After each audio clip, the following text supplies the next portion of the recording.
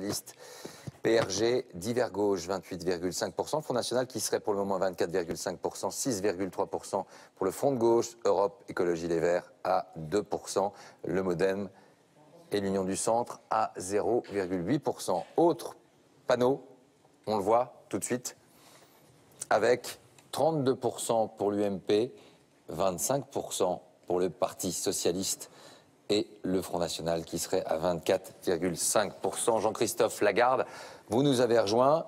Finalement, ça fonctionne, l'union UMP, UDI, pour le moment, en tout cas, au regard de ces premiers résultats lors de ce premier tour, ça fonctionne. Vous vous en réjouissez. Et juste, ici, j'ai posé la question à Benoît Hamon. Parfois, j'ai du mal à comprendre pourquoi l'UDI existe, puisque finalement, autant intégrer directement l'UMP. D'abord, nous avons, nous, anticipé la volonté des Français. Cette volonté, c'est d'avoir des alternances. Et on voit que l'UDI et l'UMP, plus un certain nombre de candidats d'ouvert droite que nous soutenons, arrivent largement en tête de cette élection. C'est le premier enseignement, alors même qu'il y a un regain de participation. Les Français veulent une alternance. Et d'abord, une alternance au niveau local. Et quand on veut faire une alternance, pour ne pas se retrouver dans la situation du PS, des Verts, du Front de gauche et de ceux qu'on veut additionner ce soir, alors qu'ils n'ont rien à voir entre eux. C'est fabuleux, d'ailleurs. Moi, je me mets à la place d'un électeur communiste qui combat la politique du gouvernement et on veut additionner son score à celui du PS. Je ne crois pas qu'il soit très heureux. Nous, on a simplement essayé de proposer des majorités alternatives. Premier élément. Deuxième élément par rapport à votre question. Bien sûr qu'il y a deux forces politiques différentes. Et des différences fondamentales ? Bien évidemment. Vous parliez tout à l'heure, d'ailleurs, de la position du second tour sur le Front National, de la position sur l'Europe, sur la décentralisation et sur notre vision de la décentralisation. Mais c'est justement dans une démocratie moderne, quand deux forces politiques différentes parviennent à trouver des accords de gouvernement, qu'on permet de ne pas avoir ou une majorité nationale paralysée parce qu'il n'y a plus de majorité à l'Assemblée nationale, ou demain, et c'est l'enjeu du second tour, des alternances qui donnent des majorités claires, stables, permettant en l'occurrence d'avoir des départements dirigés. Parce qu'il y a une chose que les Français n'ont peut-être pas encore repérée, il est temps de le faire avant le second tour, c'est qu'il n'y a pas de 49-3 dans les départements. Donc à chaque fois qu'il y aura des élus d'extrême droite qui ne participeront naturellement pas à des majorités de gauche et pas non plus à des majorités du centre et de la droite, on risque d'avoir des départements paralysés et donc impuissants. C'est ça l'enjeu du deuxième tour désormais, donner à l'UMP, à l'UDI, aux divers droites, des majorités stables qui permettent de construire cette alternance à laquelle les Français aspirent. Priorité au résultat, on repart en Corrèze. Rachida Dati nous a rejoint, on va la retrouver dans un instant. Direction Tulle, on va retrouver Jean-Baptiste Marteau. Jean-Baptiste, vous avez des résultats à nous communiquer? Oui, disons Laurent que la citadelle socialiste, ce fief de François Hollande, est en train un petit peu de vaciller, mais qu'elle tient encore debout ce soir. C'est en tout cas ce que veut croire le plus proche de François Hollande ici, le maire de Tulle, Bernard Combe, qui nous dit on peut encore gagner. Enfin, il y a quand même tout de même ce soir un quart des élus UMP qui sont élus au premier tour, avec des élus socialistes qui résistent bien. Maintenant, la question c'est de savoir ce qui va se passer au deuxième tour avec les élus du Front de gauche. Les candidats du Front de gauche qui se partaient en ordre dispersé, on avait d'un côté des élus socialistes, des côtés des listes Europe, Écologie Les Verts, Front de gauche. Est-ce qu'ils vont appeler à voter pour les socialistes au deuxième tour? Est-ce que les électeurs du Front de gauche vont se rebasculer vers les listes socialistes? Ça, c'est toute l'inconnue du deuxième tour. En tout cas, ce soir, avantage à la droite, mais le PS résiste encore un peu. Merci beaucoup Jean-Baptiste. Isabelle Stess est à Carpentras. Isabelle, apparemment, vous avez des premières tendances, je crois. Oui, de fortes tendances. En fait, Marion Maréchal Le Pen, ici au quartier général du Front National, est en train d'examiner la remontée des résultats. Et alors, une forte tendance donc, qui donnerait le Front National largement au-dessus de la moyenne nationale. Un Front National qui serait présent dans tous les cantons au deuxième tour. Vous savez, le Front National, ici, c'est le premier parti du Vaucluse. Il a réalisé ses meilleurs scores en 2012 et aux européennes. Et il entend bien maintenant conquérir le Conseil général qui est présidé depuis 14 ans par la gauche et face à une droite très divisée. Alors Marion Maréchal Le Pen devrait s'exprimer d'ici quelques minutes ici à Carpentras. Merci beaucoup Isabelle. Benoît Hamon, où sont passés les électeurs de François Hollande, même si effectivement on voit qu'il y a une déception entre guillemets pour le Parti Socialiste ce soir. Ils sont passés où les électeurs de François Hollande? Écoutez, une partie d'entre eux est sans doute restée à la maison. Cela étant dit, je pense que la mobilisation des 15 derniers jours, qui s'est concentrée sur à la fois l'enjeu qu'il y avait à préserver des départements de gauche parce qu'ils sont en charge des politiques de solidarité, mais aussi dans le fait de faire barrage au Front National, cette mobilisation-là a, je crois, déplacé des électeurs de gauche qui sont parfaitement conscients du péril. je veux le dire ce soir, les dirigeants de gauche ont été d'une grande clarté. Et on dit que dans des situations de second tour, où l'UMP est face au Front National, il faut pratiquer le désistement républicain. Et je regrette qu'une fois de plus, et je m'adresse aux dirigeants qui sont ici à cette table, qu'une fois de plus, là où nous sommes clairs sur la question du Front National, vous ne l'êtes pas, en tout cas votre formation politique ne l'est pas, votre formation politique ne l'est pas, mais en l'occurrence j'ai entendu Nicolas Sarkozy, puisque c'est encore le nini qui a été adopté ce soir, là où je pense qu'il aurait été important qu'un message de la part de l'UMP soit aussi clair que le message du Premier ministre ou des dirigeants socialistes ce soir. Rachida Dati, et le message n'est pas clair à l'UMP. Voilà ce qu'on entend dans la boîte. Aujourd'hui, quand même, ce soir, on se rend compte. D'abord, on a déjoué tous les sondages en termes de mobilisation et même en termes de score pour l'UMP. Ça me rappelle un peu la campagne présidentielle de 2012, quand on mettait Sarkozy très bas et qu'il a fini finalement pas si bas que ça. Donc vous dites quoi ce soir? Chapeau Nicolas Sarkozy. Non, mais je dis bravo simplement. D'être revenu. Non, d'abord, moi, je voudrais féliciter l'ensemble des candidats qui ont mené une campagne de proximité. Ça, faut quand même. Ils se sont battus. C'était pas simple pour eux parce que c'est vrai que médiatiquement, on parlait peu des départements et de l'enjeu départemental. Nos candidats se sont bien battus sur le terrain. Donc c'est quand même une victoire de la droite et un désaveu violent pour la gauche et en particulier pour Manuel Valls qui s'est impliqué personnellement.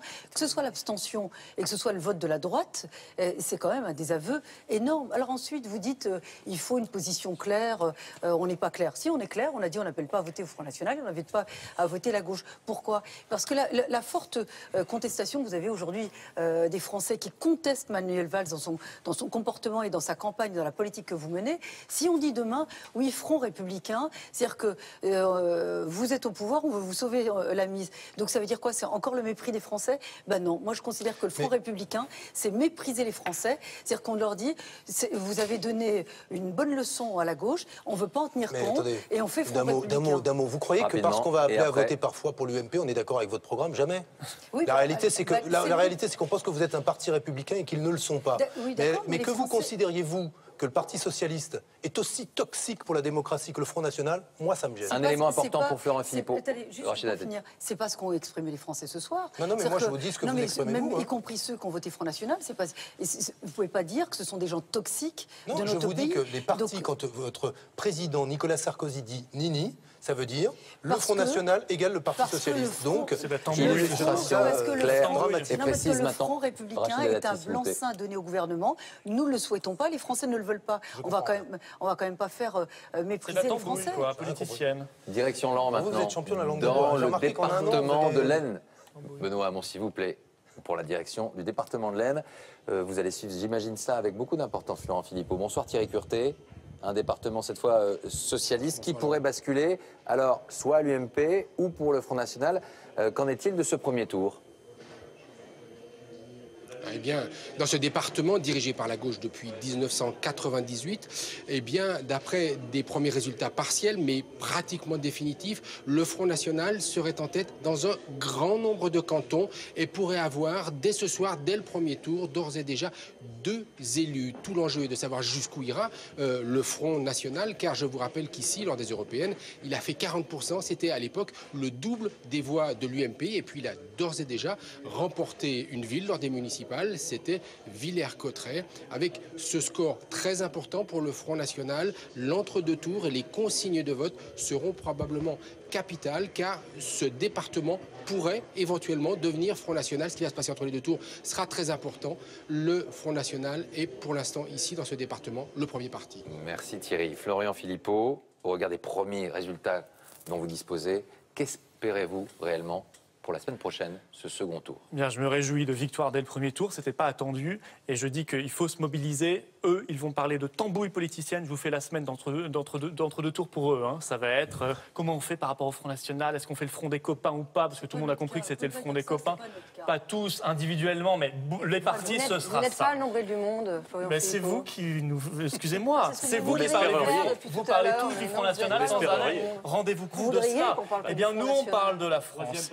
Nous, on parle de la France. On parlera projet. On parlera, si vous voulez, des élus libres, des élus qui ne sont pas obéissants devant Bruxelles parce qu'ils considèrent que la France est un grand pays, des élus qui croient au département, des élus qui ne veulent pas ces grandes régions déconnectées, des élus qui veulent protéger les politiques de solidarité par rapport à l'austérité, à l'eurostérité que vous avez mis en place et que vous allez mettre en place demain, des élus qui fonctionnent parce que dans nos mairies, les résultats sont extraordinairement bons, en très nette progression.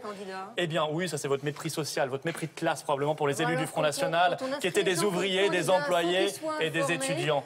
Alors moi je dis, votez. La petite tambouille politicienne UMPS, c'est dégoûtant, c'est pas ça la politique. La politique c'est le fond. Quant à vous, monsieur de l'UDI, qui donne des leçons, votre parti n'existe même plus dans le paysage politique français. Je donne simplement pour expliquer aux Français les additions. Par exemple, en un mot. Ceux qui ont voté pour M. Dupont-Aignan, eh ben, ils sont mis dans la case UMP.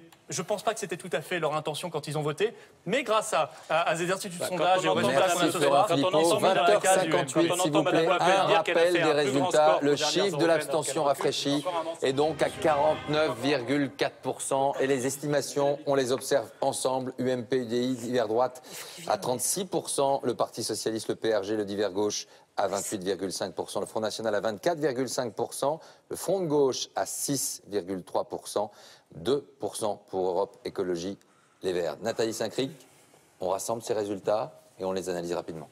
Alors on les analyse avec une moindre défaite du Parti socialiste de l'exécutif, qui a réussi manifestement à mobiliser. Manuel Valls avait pris un gros risque, si j'ose dire, en se lançant corps et âme dans la bataille, en appelant les électeurs de gauche à se mobiliser, un petit peu à l'image de ce qui s'est passé dans le Doubs. Manifestement, il y a eu un petit frémissement de ce côté-là. Maintenant, on va assister aux tractations en vue du deuxième tour, avec un certain nombre d'écologistes et de forces de gauche, pour essayer d'amplifier le mouvement et limiter la casse. Voilà pour la gauche. Pour ce qui est de l'UMP, UDI, c'est sans conteste une véritable réussite, un véritable succès. Après, on a vu la position de Nicolas Sarkozy qui était de refuser de voter pour les socialistes et faire barrage au Front National. On va voir si ça va être suivi sur le terrain. Mais manifestement, tout à l'heure vous parliez de vague bleu marine, vague bleue. Là, on est dans une vague bleue et clairement pas une vague bleu marine. Pour ce qui est du Front National, c'est quand même un bon score.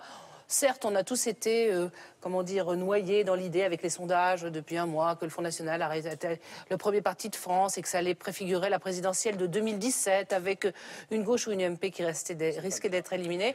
Manifestement, là, les choses sont cantonné, la vague est cantonnée, bien qu'il y ait un énorme maillage territorial et certaines circonscriptions qui risquent d'être gagnées pour cette fois-ci. Et ça préfigure quand même une poussée du Front National. Et je disais tout à l'heure, 24,5, on trouve peut-être que c'est moins que ce qu'on nous avait annoncé avec 28, mais c'est quand même beaucoup plus que ce qu'on a pu penser il y a 10 ans, ou il y a 5 ans, ou il y a 3 ans. Beaucoup. Nathalie, 21h. C'est la fin de cette édition spéciale sur ce premier tour des départementales. Merci à vous tous.